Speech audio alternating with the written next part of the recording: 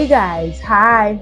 Welcome to Just Me. My name is Naa Adoley. This is Kliq Live Media. So on today's episode, I'm here to talk about the funniest or weirdest things that happen to you in a public transport. It can be a trosky, it can be an Uber, taxi, anything. And I have some experiences of my own to share with you guys. This is Just Me. Please stay tuned. The first story goes. One time I was in a trotro coming from Ashaman when a fat lady didn't locate anyone but to sit next to me. I hate this. I was sitting close to the window, so she sat and was squeezing me and telling me to push. I don't understand why they do this. I just don't understand. I just told her to excuse me, I want to buy something, and I dropped. Took the next trotro. I wasn't ready to die. Hey, Charlie, bro. I know, right? Charlie. I remember there was this time I was in a trosky. I was coming from work from Jolie, and then the only seat available was the front seat. So I had to sit next to the person in the front seat. When we go to the mall, the person sitting next to me had to drop. Then I saw this fat guy coming.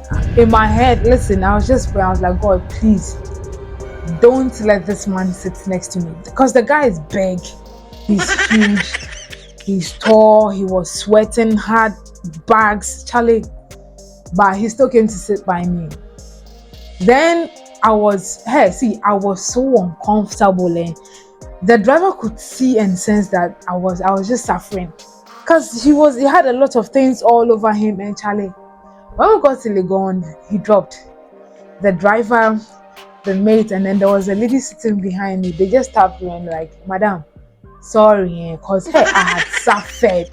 And you know, some of these fast people they sweat a lot. So I'm petite, I'm small, and Charlie, oh God, that day I suffered. Hey, I was in a trosky from Cape Coast to Caswell when we got to Winneba, where the Caswell Winneba expansion begins. This guy started praising the government for a good work done. Whilst he was talking, everyone in the trosky was quiet, but he was the only one talking. Along the way, this thing is funny.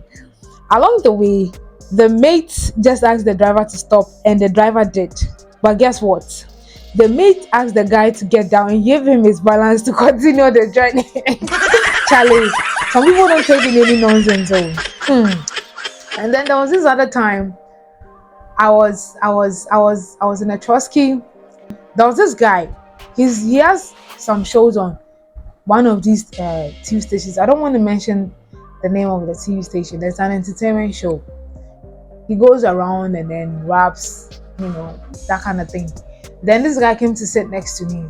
I was in a skirt, and then we're the only two people in the back seat. When he was there, he placed his hand on like the seat, the seat. And then suddenly he came close to me, but I felt like it's a public. Suddenly I could feel that this person's fingers were moving. Like he pretend as if he was like the car was shaking. Then his hand would just touch my thigh. He did it continuously, and then he was pretending as if he didn't know what he was doing.